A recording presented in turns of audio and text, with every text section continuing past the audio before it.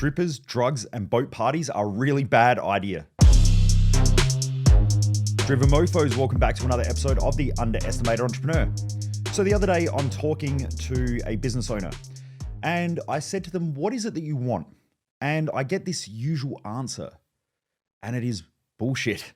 And that is, Michael, I just want financial freedom so I can do what I want, when I want, how I want. And I said to him, okay, so what do you mean by what you want, when you want, how you want? And he said, well, I just want to have time to sort of do what I want to do. And I said, what do you want to do? And he said, well, I don't really know. I said, okay, cool. So what we're going to do is we're going to make a shitload of money so that you can do what you don't know what you want to do. And he's like, well, it'd be good to be able to sort of, not have the money stress. And I said, okay, so you don't want money stress. He said, well, no, not really. Okay, cool. So we don't want money stress. Fair enough. Now, this is most people. We're talking about most people's mentality in society, which is the reason why they are stuck and trapped. So first of all, he didn't know what he really wanted. So he didn't have clarity. That is most people. That's why one of the first things that I do when I work with somebody or when someone comes to an event like Thrive Time or even Business Growth Odyssey is we have to get clarity. Without clarity, you are going to waste so much time. You're just going to run around like crazy trying to figure out what you want to do. And that's how most people live. The amount of people that I meet who say, I'm so busy. How have you been? Oh, super busy. I'm like, fuck, you haven't changed for 10 years. Nothing's changed. You're still in the same financial situation. You still look the same, apart from 10 years older. You've still got the same stress, the same pressure. Nothing's changed. How can you be busy and not getting anywhere? They're literally a car stuck in mud with their foot on the gas. They're just chewing through fuel, but not getting anywhere. They're bogged. So what happened was I said, well, what are you going to do? Like, let's say you've got free time. What do you do in your free time? And he said, oh, I watch a bit of sport. And I said, okay, why do you watch sport? Oh, I don't know. It helps me to relax.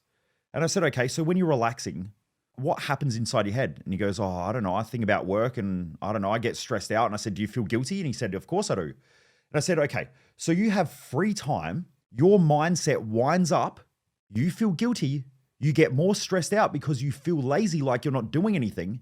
And so what do you do? And he said, oh, I crack a couple of beers and it helps me to relax. And I said, excellent. So you numb yourself. You're essentially using a numbing agent to numb yourself. And I said, why do you watch sport? And he said, oh, I don't really know. Like, I enjoy the game. And I said, what do you enjoy about the game? And he said, well, I guess it's challenging and tough. And I said, for who? Them or you? And he went quiet. And he went, oh, well, I don't know. I guess I don't know. And I said, you use it to distract yourself, don't you? It's a way for you to switch off. You keep trying to switch off from your life. Why? Why are you trying to escape and switch off?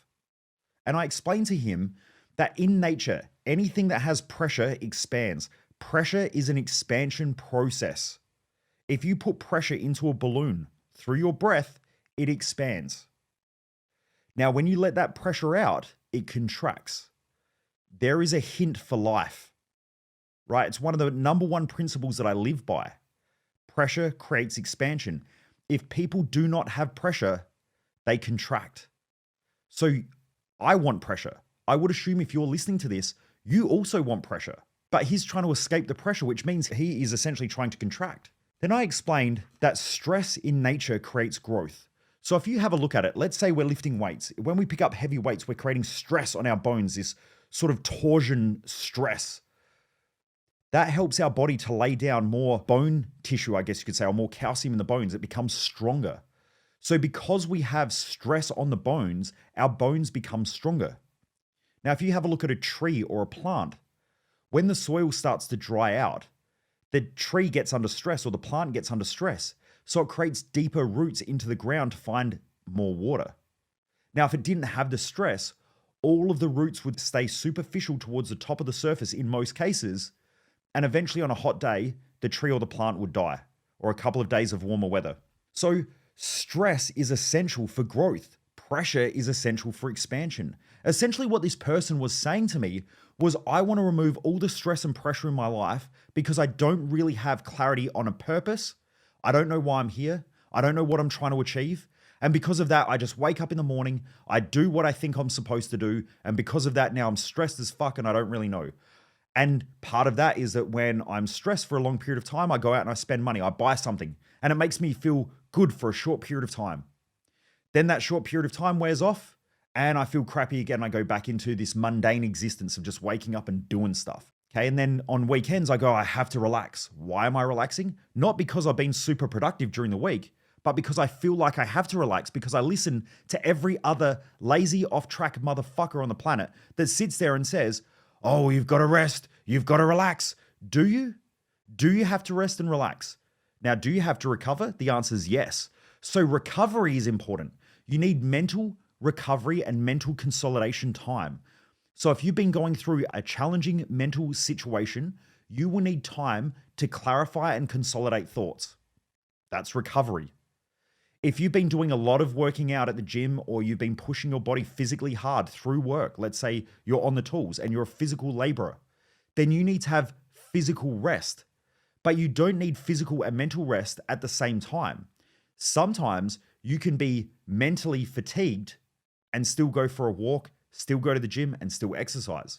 You might be physically fatigued, but you can still mentally push yourself. So you can grab a book, you can read, you can learn something, you can hop online, do an online course like some of the ones that I have. You can hop on there and you can do something so you can still keep your mind stimulated and cause growth mentally when your body is in recovery.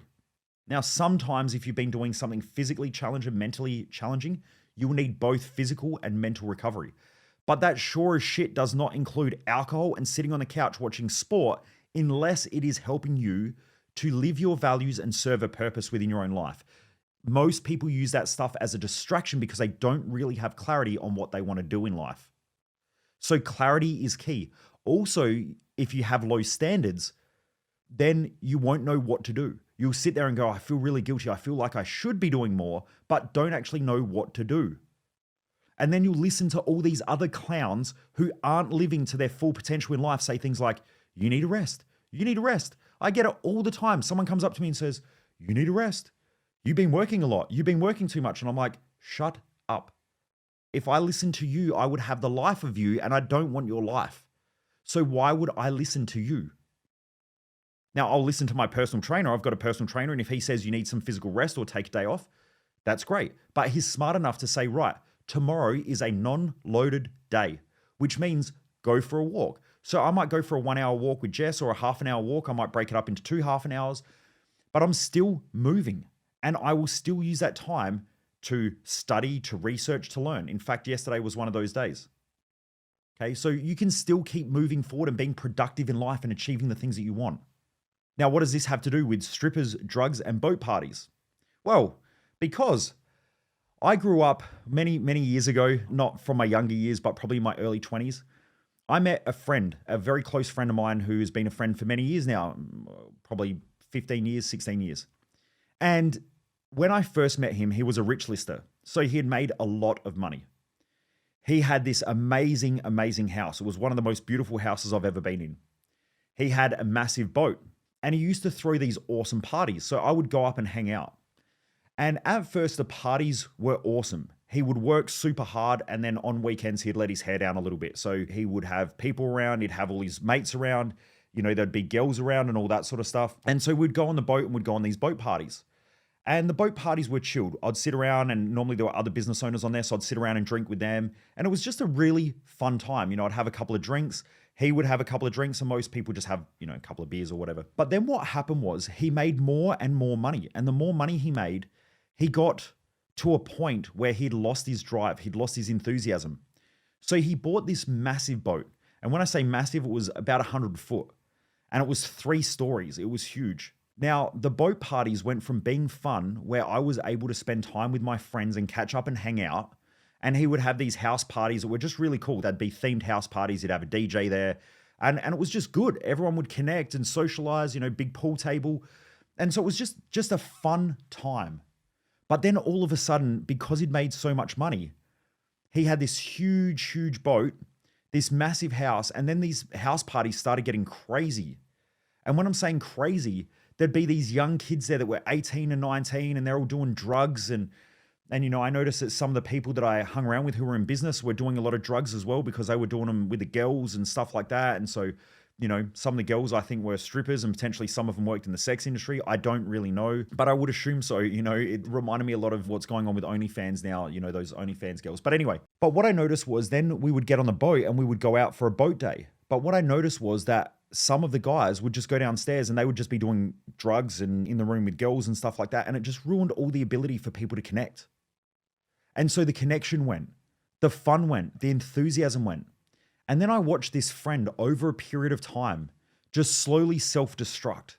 And he mentally self-destruct because he'd lost his drive. He'd lost his ambition. He'd lost the reason why he woke up in the morning. When he had something to prove to himself, he would get out of bed early in the morning. He was up early. He would go for a walk, get the financial review. He'd sit down next to his pool. He would read the financial review. Then he'd start, trading some shares or, talking about buying properties or whatever. But he got to a point where he had enough money. He'd achieved his goal. And maybe it was his financial freedom or his financial independence. But then what I watched was just a slow self-destruction of an individual. And, I'm still friends with him and I've reached out a couple of times and said, maybe you should come along and do an event like Thrive Time and whatever. He crashed a bit. He lost a fair bit of money. He had some legal issues and slowly he dropped a couple of levels in his own life. He didn't lose everything, but he went back a fair way. And then what I noticed was that the drive and the ambition came back. He got his enthusiasm back. He got himself back. The thing that made him him, his greatness, his ability to think through things, problem solve. And the reason why I'm telling this story is because most people in our society don't really have the clarity as to why they wake up in the morning. They don't have a life purpose. That life purpose never ends. When you have clarity on your life purpose and when you have clarity on a long-term mission, what it does is it gives you the ambition, the drive, the enthusiasm to wake up in the morning and to do something important in your own life. Now, for most of you, you're doing that each and every day. You may not realize it. And because of that, you may get out of bed in the morning and go, I've got to go to work. But you don't have to go to work. You're choosing to go to work. You're choosing to do it because of something that it's helping you to become. You're becoming a better individual. You just lack that clarity. And maybe because of that, it's creating so much stress and pressure for you that on weekends you start self-destructing. So maybe you're spending too much money on shit that's not important, trying to buy some pleasure. Maybe you're drinking too much because you're unfulfilled and you've convinced yourself that you need wind down time or you need time off. But you and I know that that is self-destructive mentally. I've not read one piece of research that says alcohol is good for your brain. Every piece of research. Now, by the way, if it's out there, send it to me. I'll read it. But please make sure it's not sponsored by some alcohol company. But everybody knows alcohol damages your brain. And over a long term, there is a fair whack of damage that gets done to your brain over time. Now, I want to be smarter as I age because physically our body deteriorates. But mentally, we don't have to deteriorate. We can become smarter and more intelligent over time. And that's why if you look at someone like Warren Buffett, one of the richest people on the planet, he's 92 or 93 years of age and he's still sharp as a tack. You have someone like Charlie Munger, who's 97 or 98. He's Warren Buffett's business partner, multi-billionaire, still sharp as a tack. Why? Because they let their brain work for them. They don't destroy it. So if this resonates with you, I highly recommend getting your ass to my Thrive Time event because Thrive Time gives people the clarity that they need in order to create a success map for their own life where you bounce out of bed no matter what job you're doing. I was only thinking about this the other day. I was out the back doing the gardening. I wanted to listen to an audio book and I thought, you know what? I'm going to go out and do the gardens. So I started doing the gardens and I noticed the enthusiasm that I had for gardening. And I thought to myself, I wonder where I got this enthusiasm from. Now, I remember when I was 14 or 15, I started working as a cleaner. I used to go and clean office buildings at nighttime. I don't know that you could legally do it these days. But I would wake up in the middle of the night. Sometimes it was 11 o'clock, sometimes it was 1 o'clock in the morning. And I would either get mum or dad, most of the time it was dad, or I would catch a cab and I would go and work in a building and clean it. And I actually remember really enjoying it. I would have either my Walkman or I had a Discman. I would chuck it on, I'd chuck my headphones in and I would just work. I used to clean Marston TAFE. They would do woodworking and all that. And so I would get there and sweep all the floors. I would clean all the machines. I would have to go and clean all the bathrooms. And by the way, cleaning bathrooms where a lot of people use bathrooms is not the most fun job. But I remember I actually enjoyed it. And I enjoyed it because I did it with enthusiasm. I knew that it was helping me to make money. And I knew that making money was helping me to live a better life. Okay, so I enjoyed it. I enjoyed thinking, you know what, this is going to get me my next pair of basketball shoes. This is going to buy me a new t-shirt, and then I'll be fucking cool instead of being broke and poverty stricken like I was when my mum would go and shop at Target or Kmart for me. And I thought about that enthusiasm. And then I thought to when I was a diesel mechanic. And when I was doing my apprenticeship, I fucking hated it there. And so I lost my enthusiasm. And every morning the alarm went off and I just hated it. Okay, it was the same as school. I didn't have that enthusiasm for school.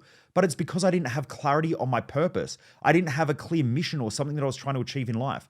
When I was younger though, when I was cleaning, I had a purpose. And that was that at the time, all I wanted to do was buy nice clothes so that I would fit in with others. And now I'm super enthusiastic. Most days I wake up and I'm stoked to get out of bed. I'm stoked to get out of bed because I want to go and do shit because I know that today is making me a better version of myself. I know that there are obstacles. I know that there are roadblocks and I want to work towards it. I couldn't think of anything more disgusting than retirement. And sometimes people talk to me about it. They're like, oh, you know, it's only 20 more years to retirement. And I'm like, are you fucking okay in the head? Why are you thinking about retirement? What good does retirement bring to most people? Not a thing. They give up on everything. They've achieved what they wanted in life. There's no more reason to live after retirement for most people.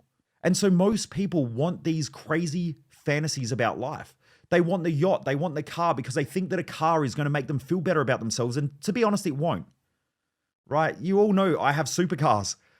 It doesn't make you feel anything more than what you already are. It amplifies everything. Money amplifies everything. If you're scared without money, I will give you more money and you will be more scared. I can guarantee it. No, I'm not going to give you money, by the way. But you will be more scared. It was Grant Cardone said, normally when someone gets their first $1 million, they play scared because their goal is to get to $1 million. Most people work in a business and their goal is $1 million. They want to become a millionaire. When they get to a millionaire, they get afraid because they're afraid of losing everything that they've created. And so they start playing scared. When you play scared in life, you lose because the world is a direct reflection of our internal world. So when you're afraid on the inside, the external world is going to give you more reasons to be afraid. It is crazy. Okay, and I learned that the hard way because that's exactly what I did. I remember hearing it from Grant Cardone. I didn't fucking listen. And then once I hit our first $1 million in revenue, I kept pushing for a little bit. Then we had some problems and some challenges as the company grew, as do all businesses. And then I started feeling afraid. I got scared. I was scared to scale. I was scared to spend money. I was scared to hire staff. It created too many problems in my own life. And then I lost that enthusiasm. And when I lost the enthusiasm, we started losing customers. So my point is, be very careful with the fantasies that you have. Because if you think that life is strippers, drugs, and boat parties, then I guarantee if you get to that stage, you're probably going to self-destruct. And even if it's just alcohol, even if it's just resting, you know, I meet people who go away for a month, like they'll do well in their business. They go away for a month and they come back and everything's chaos. What did they expect was going to happen?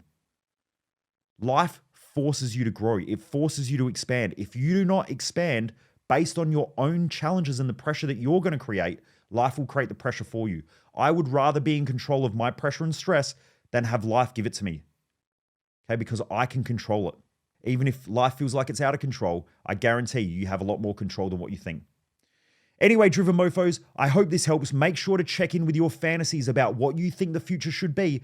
I meet a lot of people who are couples, and one of the couple will want the white picket fence and the fantasy lifestyle. I actually spoke to a guy a couple of weeks ago. You know, he's like, my wife just wants the white picket fence, the 2 kids, the Range Rover in the driveway, but doesn't want me working all the time. She doesn't want the financial stress, but at the same time doesn't want me to work, criticizes me for going to work and working long hours. What do I do? And I'm like, you got to have an honest conversation with them. You've got to set a standard. If you don't create clarity in your relationship around what you both want, and you don't sit down and create standards, what it takes to get there, and say, this is what we're prepared to do in order to achieve that lifestyle, I guarantee there is going to be friction. There is going to be volatility. There is going to be a lot of stress and a lot of pressure that doesn't need to be there. It's an uncontrolled stress and pressure.